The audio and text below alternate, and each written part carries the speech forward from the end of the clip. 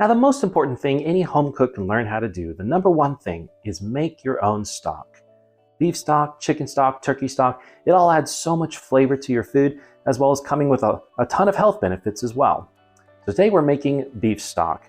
I'm going to keep it very simple. I'm going to break it down for you. This is Beef Stock 101. Let's make it happen. Now, there are only 3 things you need to make stock: bones, vegetables, and water. Everything else is optional. Now, I know beef bones can be difficult to find sometimes. I have to ask my local butcher to cut me some. And as you can see, it still has a little bit of the meat on there and some connective tissue and cartilage, and all that's going to break down and absorb into the water, creating a rich stock. And that has a lot of health benefits, which I'll get into later in this video. Now, the difference between broth and stock is stock has bones and broth doesn't. Now, in this video, I'm keeping the recipe as simple as possible. I'm just adding my bones as is. But if you wanted to, you could roast them in the oven for a deeper, richer flavor. Now next, all I'm doing is rough chopping some vegetables and placing them in the pot. I'm using onions, celery, carrots, and leeks. And it's your choice of vegetables, and you can add as little or as much as you'd like.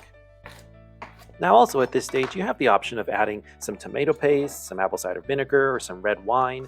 All of them have their own advantages, but for the purposes of this video, we're keeping it simple. Now I'm choosing to add a couple of garlic cloves, some black peppercorns, and some bay leaves. But all of this is completely optional. And finally, add your water to the pot. Fill it up until it covers the vegetables. Then get it on the stove and bring it to a very low simmer. Now as it reaches a simmer, some film will rise to the top. Just use your spoon and scoop some of that out.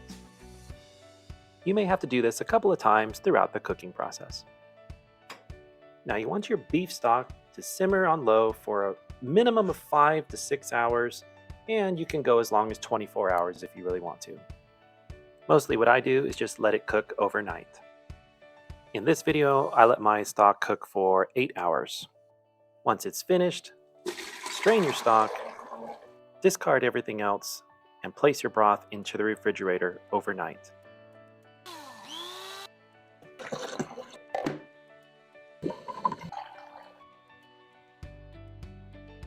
Good morning. Let's get back to this. Now, after your stock has cooled overnight, there will be a thin layer of fat on top. Simply remove that with a spoon or a spatula and discard it. Now, I placed my pot on the stove for just a couple of minutes to warm it up so that this process was easier, as well as I'd be able to pour it, because when it's cold, it's gelatinous. Look at that. Now you've got some delicious beef stock that you can use to make soups and stews and chilies, and use it to cook vegetables and rice and beans. Use it for blanching and braising meats. It really is a necessity for home cooks. It is their best tool in the kitchen. Now simply store your stock in the fridge for 4 to 6 days, or in the freezer for as long as you need. So when you make your own stock at home, yes, it does taste really good, but it also comes with a lot of health benefits. Not only does stock have minerals in it like calcium and magnesium, phosphorus and potassium, etc., but it also is loaded with glucosaminoglycans, which are like collagen-based proteins like proline and glycine, glucosamine and hydrolonic acid and chondroitin. And these have been shown to not be found in muscle meats, but in the bone broth itself.